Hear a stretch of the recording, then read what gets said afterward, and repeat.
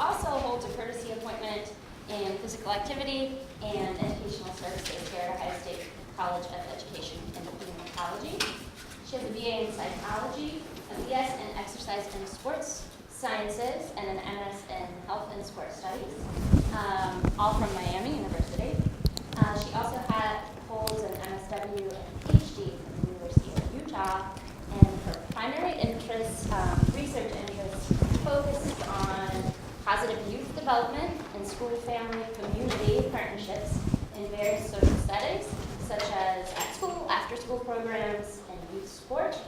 Her secondary research interests include exploring how school, family, community partnerships maximize school and community-based resources for learning and healthy development, especially in communities serving vulnerable children and families.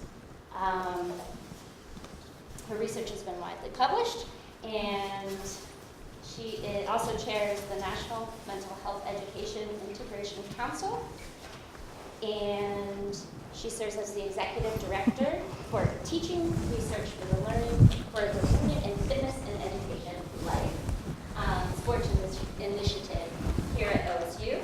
So it's my pleasure to introduce Dr. Anderson Butcher and her presentation, Using Sport to Promote Learning and Development, OSU's Life Sport Initiative. Thank you, Patricia. Thank you.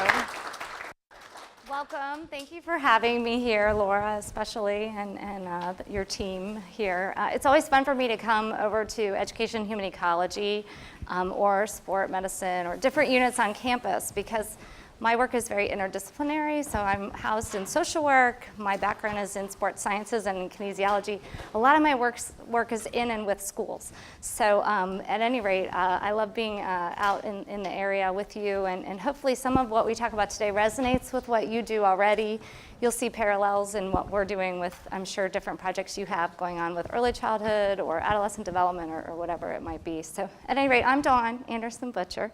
I have about 40 minutes or so, and I'm going to talk about some of the work that we're doing using sport as a medium to promote positive youth development and learning.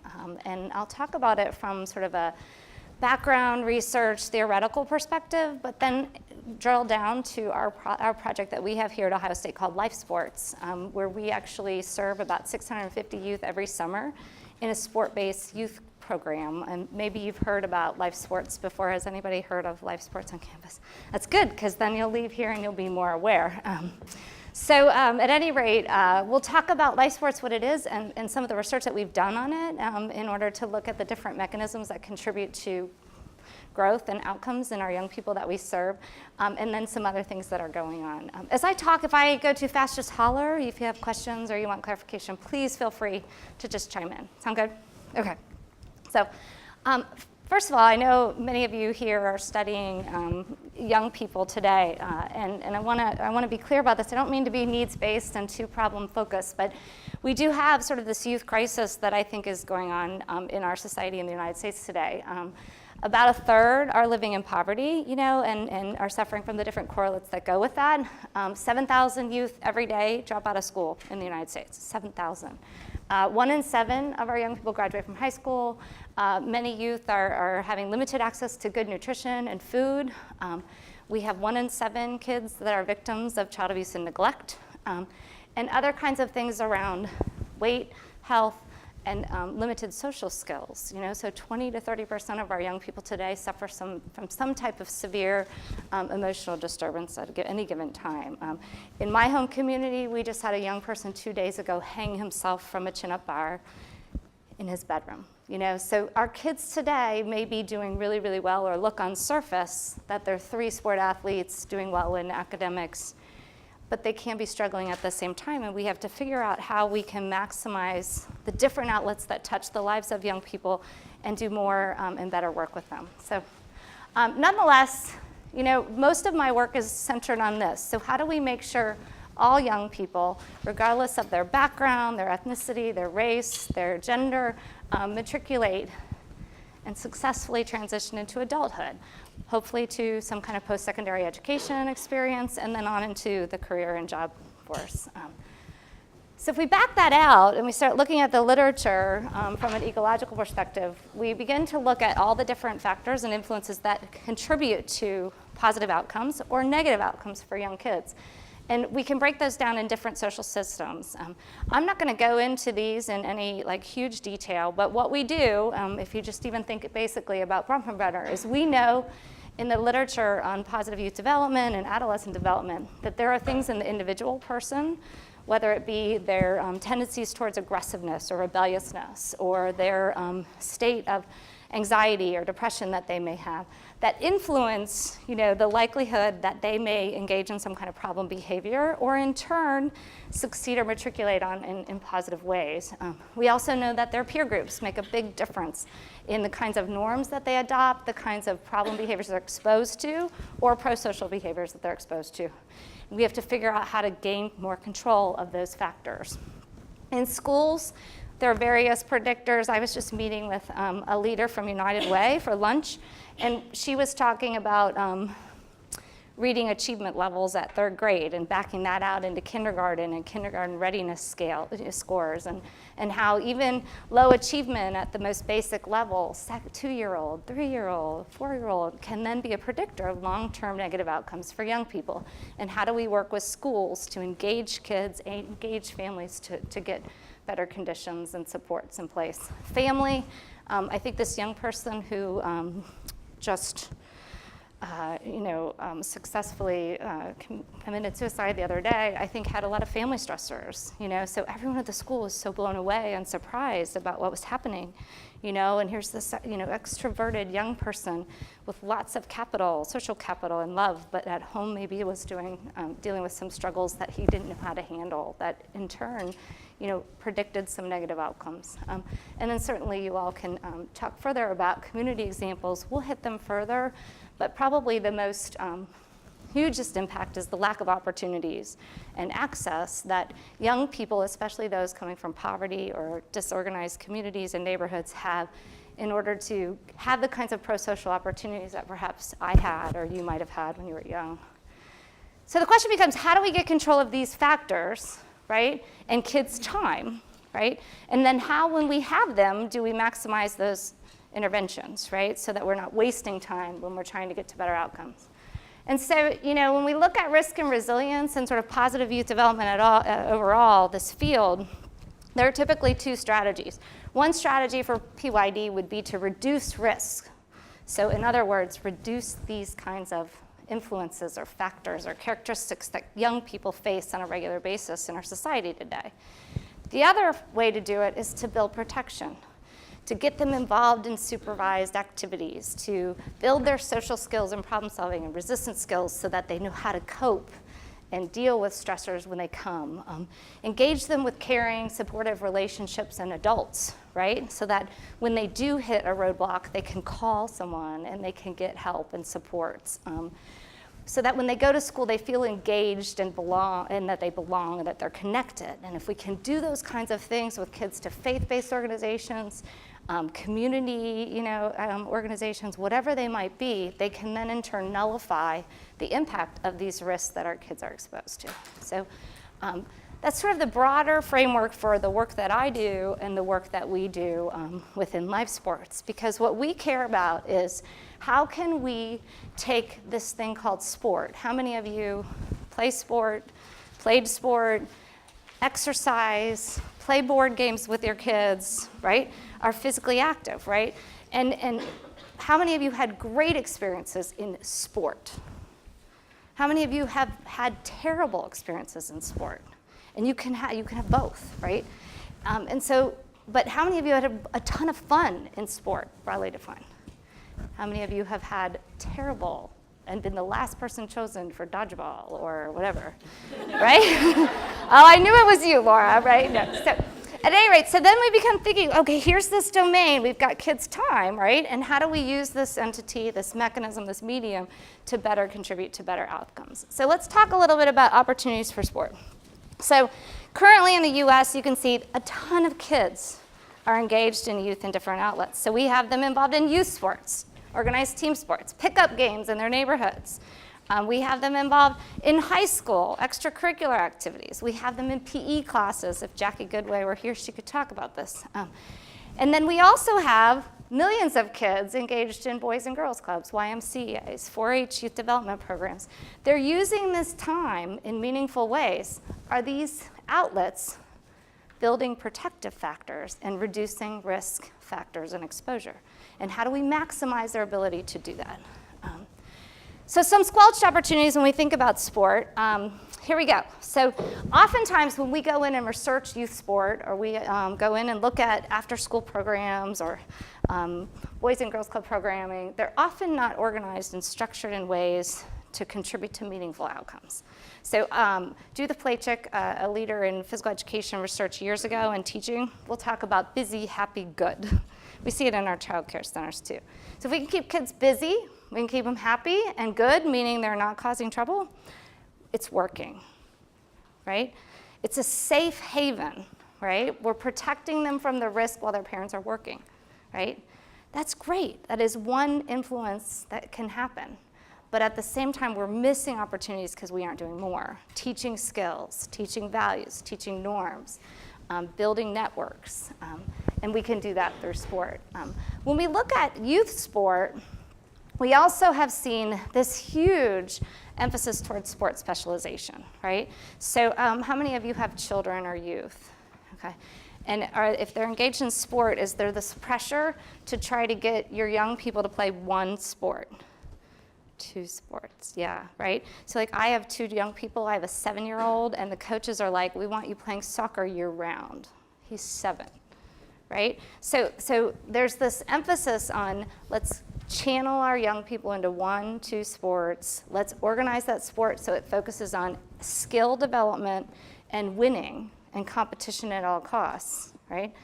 And what we've done though is we've constructed sport in ways that kids don't enjoy it as much. And so what we found through the research is that 60% of our young people drop out of sport by the age of 12. Done. And then that can turn into lack of opportunities and access and good things that could have happened through sport between 12 and 18, but also when they're adults later on, they don't want to be engaged in physical activity and exercise and play because why? It was terrible before, why would I want to do it now? And then we have all these long-term health implications. Right? So it can kind of be, a huge sort of wave of problems and challenges. We also know rates are higher for females than males. We also, have other kinds of things going on as well. This last bullet I do want to mention because it's really, really important in the PYD field. So kids spend about 13% of their time in schools. So we try to put a lot of our services or supports or interventions in schools, even our academic supports. Well, learning doesn't just happen in this 13% of time. And so how do we gain control of more of kids' time, and how can we do that through sport or other kinds of positive outlets?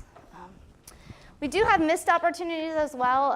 As I'm sure many of you know, youth living in communities characterized by poverty have a lot less access to quality programs, space for play, safety-related issues that deter their ability to be involved in these kinds of activities, and a lot of other challenging neighborhood risks and norms that are anti-involvement in pro-social activities. So for our young adolescents, they may want to join a sport team and be a Turpin Spartan, which is what I was, right?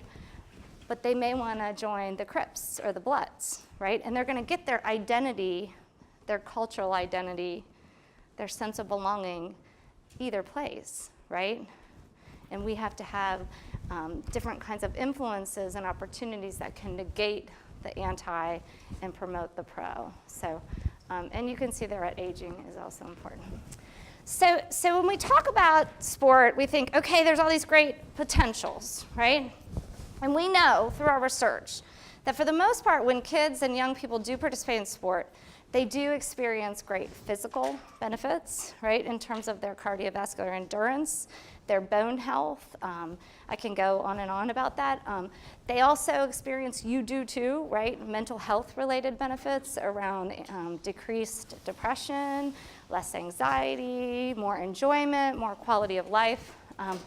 We see social, emotional, and also some cognitive benefits too. As kids have been involved in sport, different types of sport-related programs, we've seen some academic benefits as well.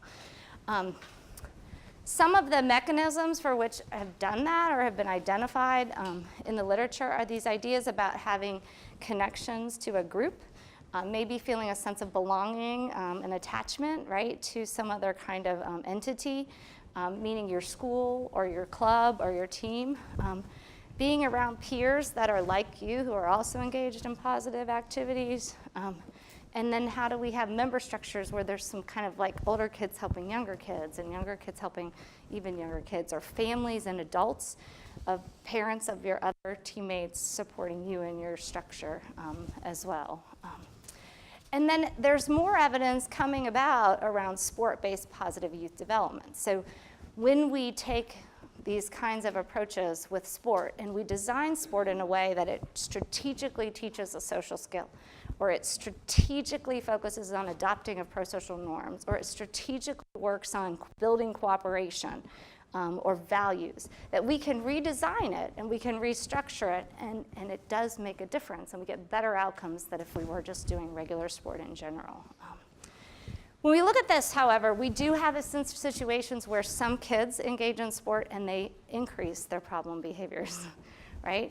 And some kids engage in other kinds of sports and they reduce their problem behaviors. So for example, we know some of the kids that participate in football, some of the research in wrestling has shown that these kids actually, through their participation, pick up antisocial norms sometimes around drinking and binge drinking and substance use, right?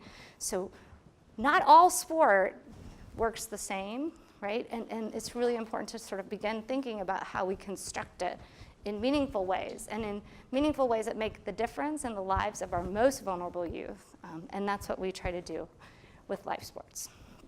When we look at the literature at large, in sport-based positive youth development, what we found is that most of the research that's out there right now is qualitative, right? So they've had kids do narratives, they've done interviews with young people, they've talked to teachers or staff or college students who work in these programs, and they've tried to, develop more a deeper understanding of the experience of sport-based positive youth development and how it contributes. There have been very few programs or sport-based youth programs where they've looked at kids longitudinally. A lot of the work is done in cross-sectional frameworks. So if we don't do longitudinal work, we can't look at developmental growth, and we can't look at the different factors that contribute to it. So there's a big hole there, and we need to start exploring it more. The other thing is a lot of the research is about caught, not taught. So they'll say, hey, sport, when kids participate in sport, they have this wonderful new teamwork skill or social skill.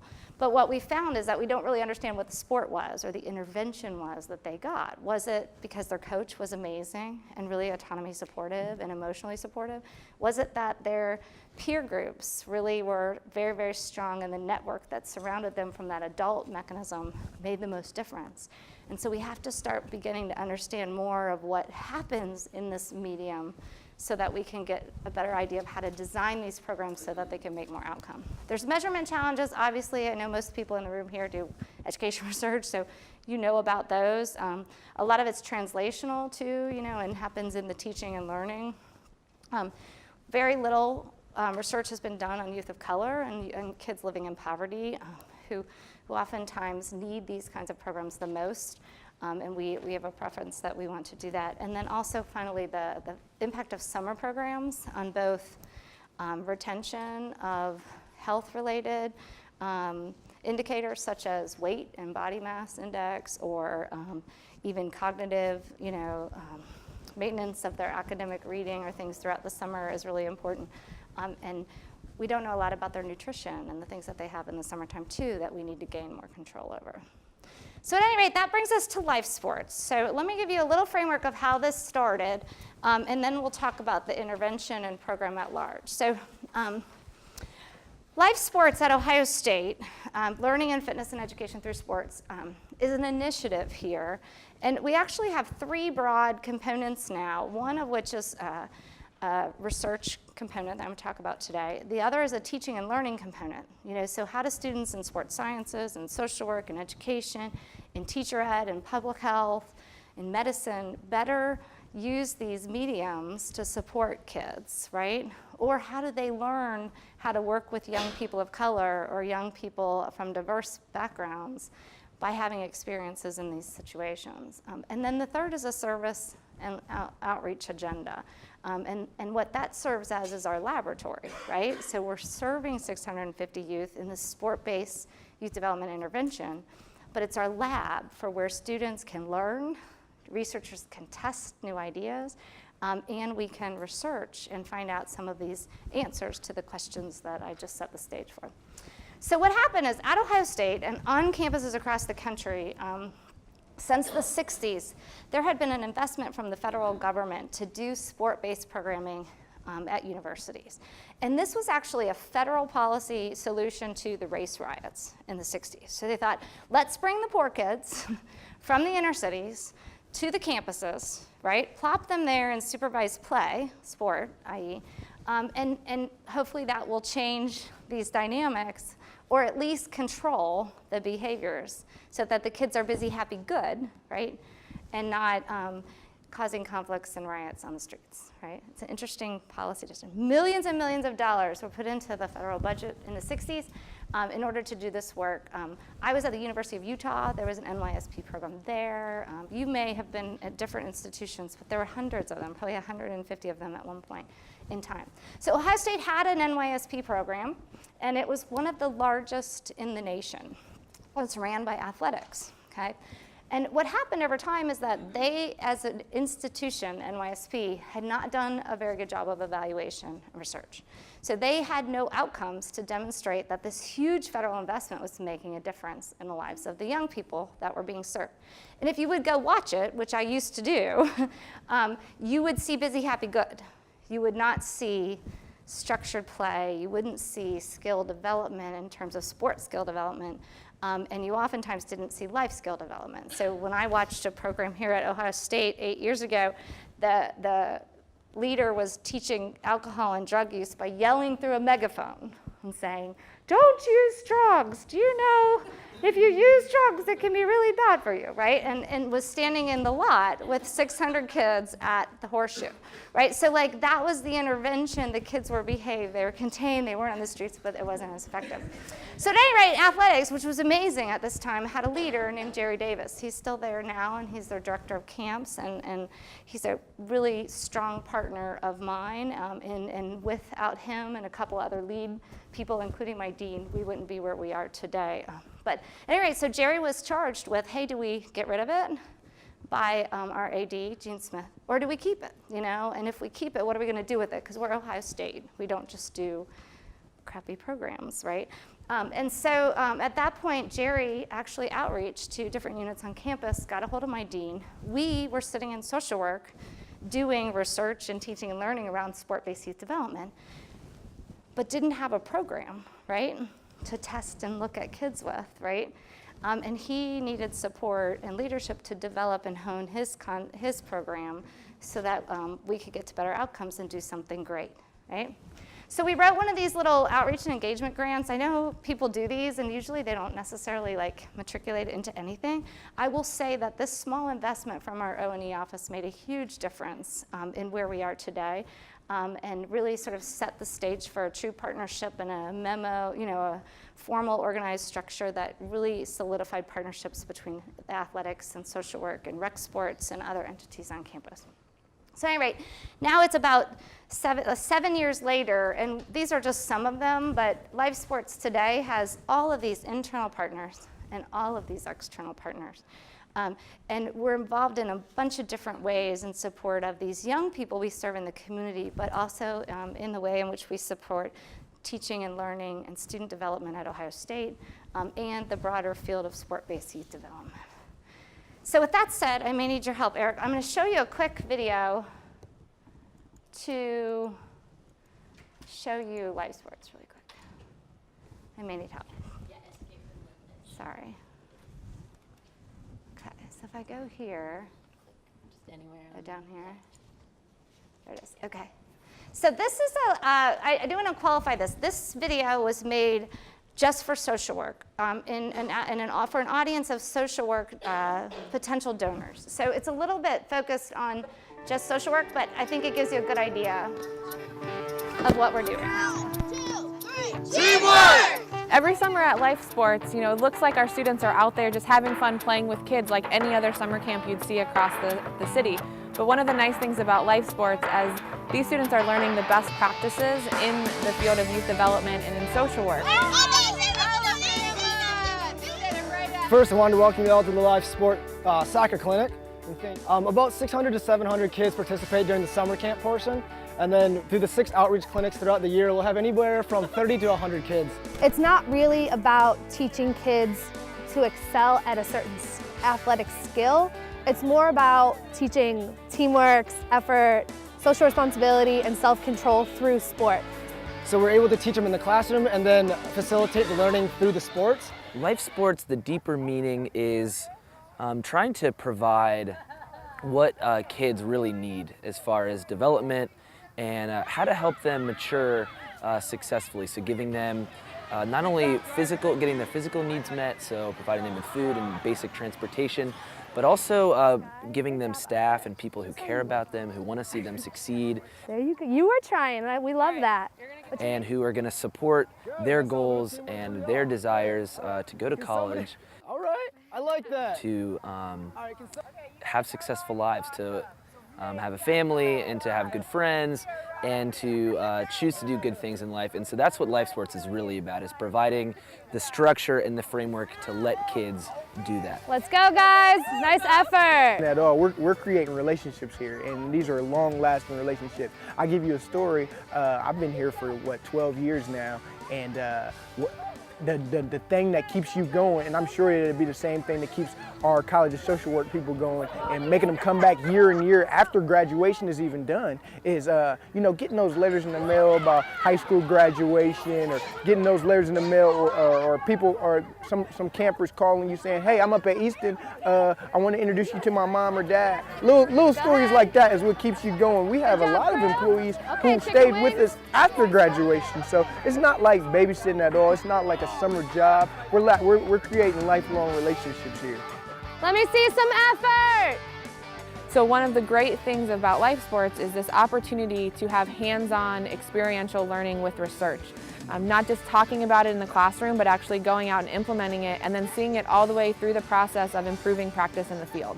Our Life Sports counselors are the future social workers that are heading out to work in nonprofits across the city, across the nation, and hopefully internationally to work with these underserved youth and hopefully end or help to end the cycle of poverty that many of our families face on a daily basis. Life Sports on 3! 1, 2, 3! Life Sports! Let's go. Yeah, where's the water?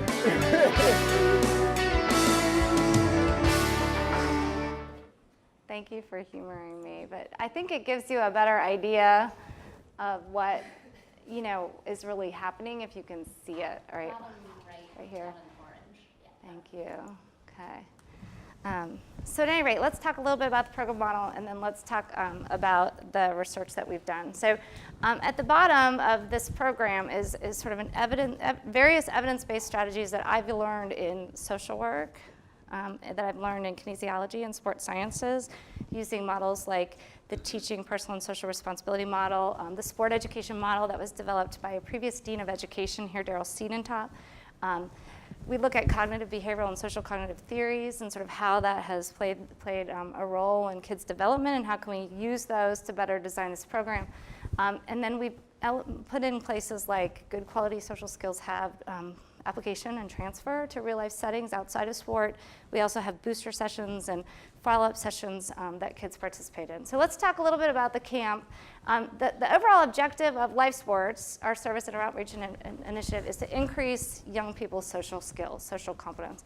We specifically focus on sets, self-control, effort, teamwork, and social responsibility. You saw those in the video. We also are very interested in engaging these kids through a sense of belonging, connectivity. We want them to be connected to Life Sports. We want them to be connected to Ohio State. We want them to be connected to the adult leaders, myself, whoever it is that they may interact with, because we know through the research it's a really, really important protective factor. Our secondary objectives, right, contrary to what some people think, are athletic skills. So we're a sport-based camp, but it's secondary to us whether the kids learn how to play lacrosse or learn how to pass the soccer ball with the right technique, right? Or that they understand the tactics in play in lacrosse. we care mostly about these types of things. We want them exposed to higher ed here on campus. We want them thinking about colleges and careers. And we also want to connect and link them to resources in the community that can serve them in these other time that we're not with them. And hopefully through all this, they'll have some kind of fostered identity or commitment that keeps them involved over time. So we have this 19-day camp in the summer. We focus on self-control, effort, teamwork, and social responsibility. We're ideally getting at social and athletic competence, and ultimately our thought is that that will contribute to their broader development over time.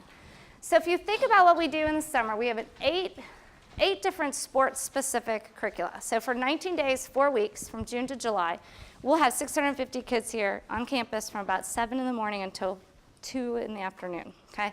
Each day, they'll be exposed to 3 sports and 1 Chalk Talk, which is a play-based social skill curriculum focused on the sets, okay?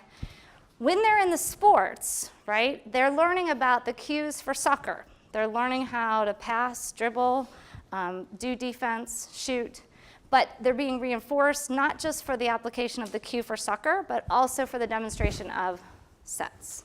Make sense? Okay.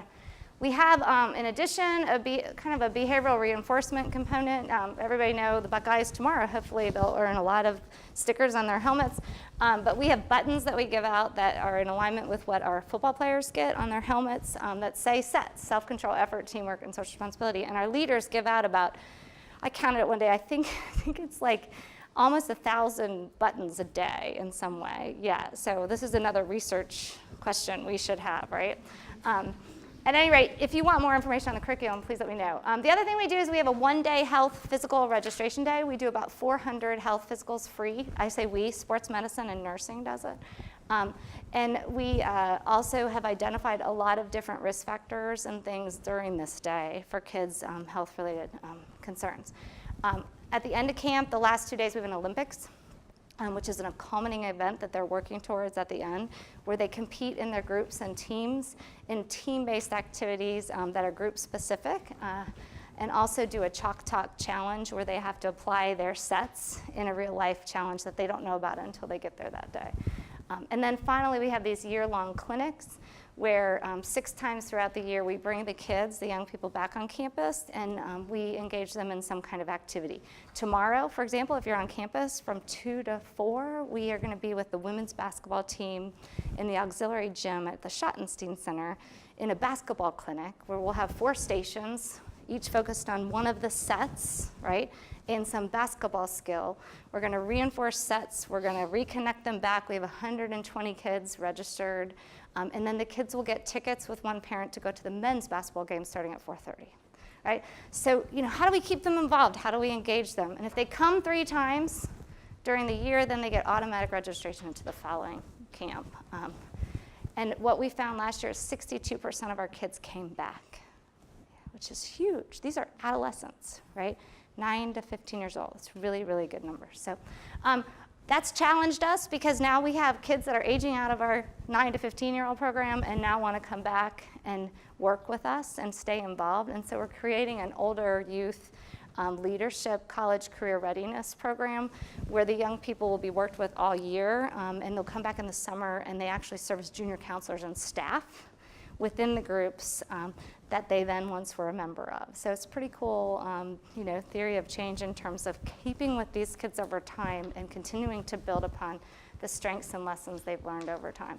I've told you a little bit about that. I'm going to skip it. So let's talk a little bit about evaluations. So in the early years, again, limited budget, right? So I don't have a ton of $1 million grants to this work. I kind of beg my dean every once in a while for a few things. And try to find funding in different pots of money and could do more, but at any rate. So these are some basic satisfaction kinds of things that we've done with the kids where they'll tell us that they've enjoyed, that they've learned things at life sports, that they get along better because they've come. And these things our donors love, right? So when I show them growth charts, they don't understand them. They want to know that 90% of the kids said that they learned, that they want to go to college because they were just in life sports. So at any rate, here's some other evaluation data. We've looked at kids' perceptions of competence, pre and post program, right? Basic program evaluation. Our kids come in, they think they're amazing football players, right, and basketball players, and so we don't see a lot of growth there in those particular areas, but in some of the non-traditional kinds of sports, like lacrosse and swimming, you know, the number 2 accidental drowning is the number 2 cause of death for kids in the inner city. So we want to teach them swimming. Our student athletes here on campus teach them how to swim. So very, very cool component. You can see some growth indicators there. We also have looked from program evaluation perspective at changes in sets from pre, mid, and post. And from the eye, you know, been able to show and contribute to some different growth across the course of the program. Last summer, we did pacers. Those of you in sports sciences, do you know what a pacer test is? This is like a cadence test. You put like a cone here and a cone here. And the kids have to keep up with a beep. It's like beep, and then it goes beep, right? And you have to get to the other cone by the beep, right? And then you got to turn around and get to the next cone by the beep. But if you break cadence, that's when you end your laps, right? And it's an indicator, a pretty nice indicator or field test of your cardiovascular endurance. So we've seen some good growth in our kids in relationship to that as an indicator of their participation pre-post camp, right? And then within our youth leadership program, we've looked at, you know, kids' leadership, responsibility, accountability, some of the things we're trying to target there, and been able to show from a program evaluation perspective some nice perceptual changes, some objective changes too. So here's some things about the research. So, you know, within the research that we've been doing, think about what we have. So we have a pre and a post over a month, okay? But we have a pretty intensive design. It's about 7-8 hours a day, right? And for the last 7 years, we've been honing and tweaking that design to get stronger and stronger, more powerful. So each year when we do our research or evaluations, we take that data, we feed it back in, and we're designing and creating a better, powerful program to get to the outcomes that we want to, okay? Does that make sense? So as we go through this, think about it that way in terms of an iterative process, but then also think about it in relationship to, okay, I've got these data, and I have, as a researcher, the ability to sort of throw in some variables that I'm interested in that can measure mechanisms, right? Because remember, we don't know a lot about what works in sport-based positive youth development. So I'm real interested in social relationships. So how does relationships with peers make a difference? How does my sense of belonging and connectivity to my peer group or to life sports in general make a difference? How does my interaction with the leader, my counselor, make a difference for how I grow in terms of the outcomes that I'm experienced to? So this was a study we did a few years ago. We had, after cleaning the data and sort of getting through permission and whatnot, we had about 287 kids. Well, we had 200. You can see here, very diverse group of young people. This is our life sports clinic for volleyball. So those are the volleyball clinic girls. This is neat. So what we did here is we were looking at measures pre-post, things that we care about, our sets, essentially, right? And then we also were measuring belonging, right, as kind of our primary variable that we were interested in looking at. And we were using latent growth curve modeling to examine that change, right, from pre to post, and what kinds of factors and influences contribute. A, is there a change? B, do these things make a difference? So I'm not going into huge detail here because I want to tell you guys a lot more, but essentially what we found is, in this particular case, the only variable that really changed was more of the social responsibility, kind of our final culminating factor that came at the end. The interesting thing here is that there's huge standard deviation, variability in the changes that individuals have. And when we look at that data further, what we were able to find is that the kids that come into the program with the poorest social skills sets at the beginning seem to grow the greatest, right? So we're making a difference in terms of growth for the kids that need the program the most. And we've been able to show that somewhat within these kinds of analyses. Does that make sense? Which is what we want to do within life sports. So then we looked at sort of pre-scores and post-scores, adding in the belonging component to distill whether this factor actually makes a difference in change in that growth variable. And we're able to show that in some of these analyses as well within growth curve analysis. So again, we're testing to try to figure out what it is that's going on so that if we're going to design sport-based youth programs at After School All-Stars, we're going to focus on belonging, right? Because we think in the end it's going to contribute to better outcomes, social outcomes, okay? So this particular study, we were looking at belonging and the relationship with these coaches and leaders. And we looked at 2 variables in particular: autonomy support, this idea that we give kids choices and decisions, kind of have a say in what goes on. A lot of times kids are done to in our social settings today. A real important part of our learning and research is that kids need to feel like they have some autonomy, some independence in it, especially older youth, right? Especially people, I don't like it if people tell me what to do. And then the other piece was emotional support. So do you feel like that your leader cares about you? Are they supportive of you? Would you go to them for help if you needed it? And so this year we had a little bit better data come out. And by the way, we have like 6 parents last year decline participation in the research, which is unheard of too. So parents and families are really connected to what we're doing too and see the value in the broader initiative. But there's the variables if you're interested. Here we were looking at kind of a combined measure of sets called the Social Sports Experience Scale. We used HLM. And essentially, I don't want to go too far. I was most interested in belonging, right, as this factor that predicted growth and change in social responsibility, and we're finding it. When we look at autonomy supportive behaviors and leader support, which is more that emotional support, we really found a lot of support for the autonomy supportive perceptions that the young people had, not so much of the caring, loving part of it, which was very interesting. But then when we did some interaction work, we saw some interactions with belonging and emotional support in particular. And what we found is that when kids come in with the lower emotional support, or they perceive less emotional support, if they have belonging, it ends up being okay. So, I have this full paper if you want to see it, but it's kind of an interesting way to think about. We as adult leaders, we do a bunch of different things to connect with kids. We are teaching. Are we good instructors? Do we give good feedback? Do we give good love and caring and emotion? Do we give kids choices? Do we help them feel belonging?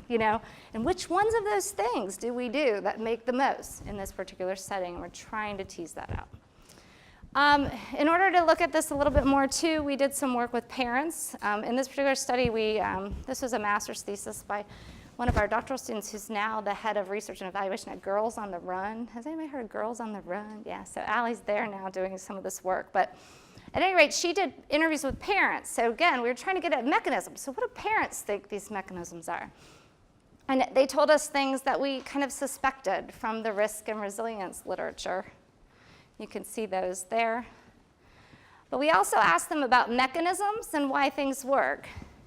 And they would say, the specific lessons that were taught. Like our kids would come home and they would tell us about a specific lesson you did when you showed them a conflict and they had to work in a team and they got, and they felt like they were better at resolving that problem when they finished. And they would highlight these specific kinds of things that went on with their kids that their kids told them about. Social interactions, and then this setting context piece, structure, intentionality. Right? So you guys intentionally focus on sets. It's not just kids playing. They're not just picking up the basketball and playing street ball. You're out there teaching them how to play basketball. You're teaching them sets. You're holding them accountable to it. And those were the kinds of quotes that they mentioned. I'm going to skip this one, but we've done some other things. So I want to tell you what we've been doing most recently. One of our kids' favorite sports is hip hop dance, right? And we usually get a dance instructor here on campus who does this. It's unbelievable. So like each group of campers gets 5 days or 5 hours of instruction. They all learn the same dance, right? And then they have, as one of their Olympic events, they compete against each other, and we have judges who score how they do on their dances. And it's a big, big deal to them. But at any rate, so what we were really interested in is better understanding these mechanisms. So we spent some time looking at what was going on in the settings, okay? This particular tool is a session log tool that we have staff fill out.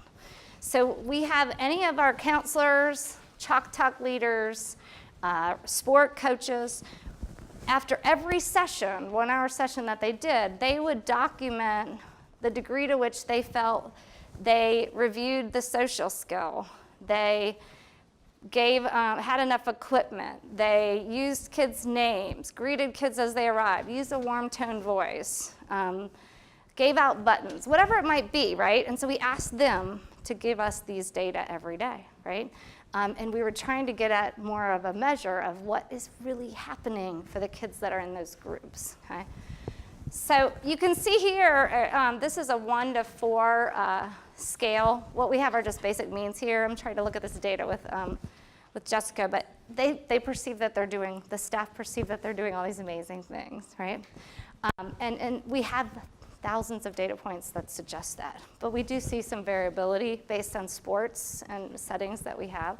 So at the same time, we did observations. So we had students go out and observe these same sessions that the kids did session logs in. And they were systematic. They did some time-limited behavioral kinds of things that you guys do in your educational systems.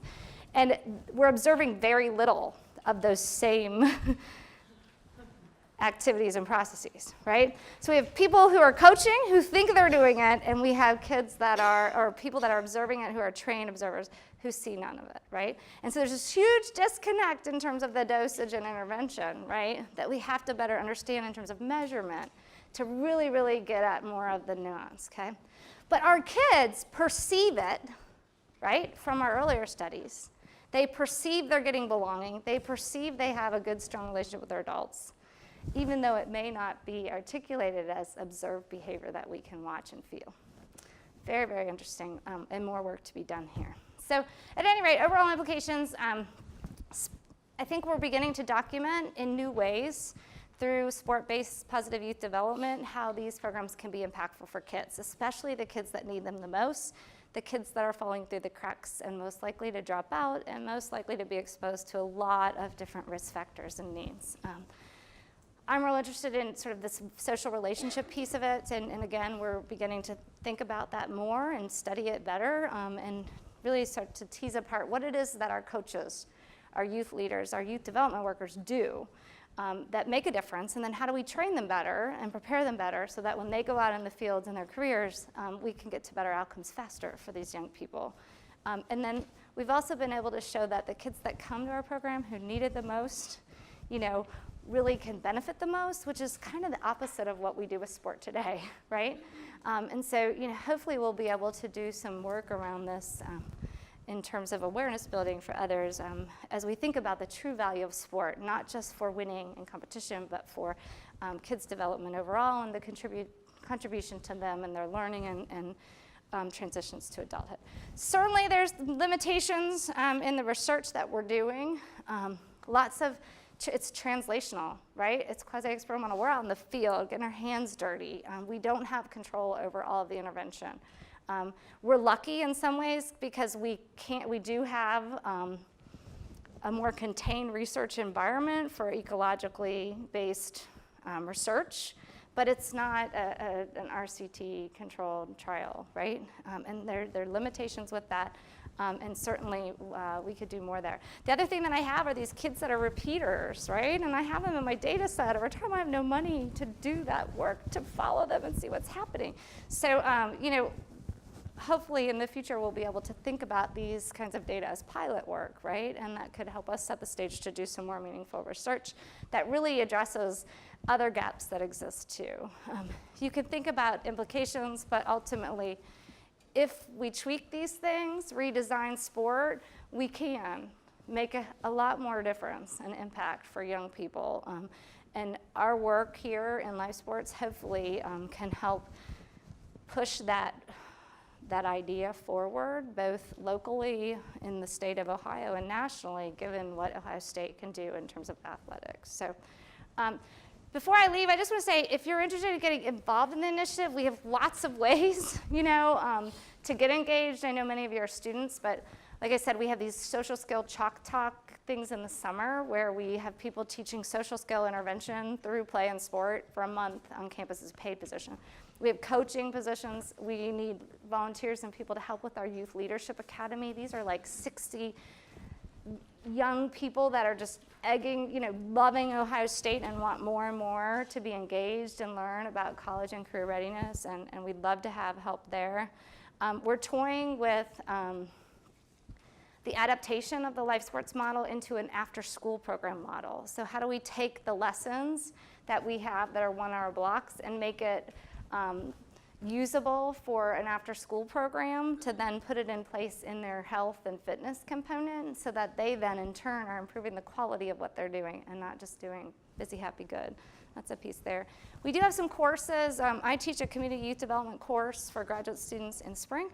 And we also have a sport-based youth development class for undergrads, which we've had graduate students participate in, but this is held in the ARC, which is the Adventure Recreation Center, and half of it's theory and research in a classroom like this, and the other half is in the gym or on the turf.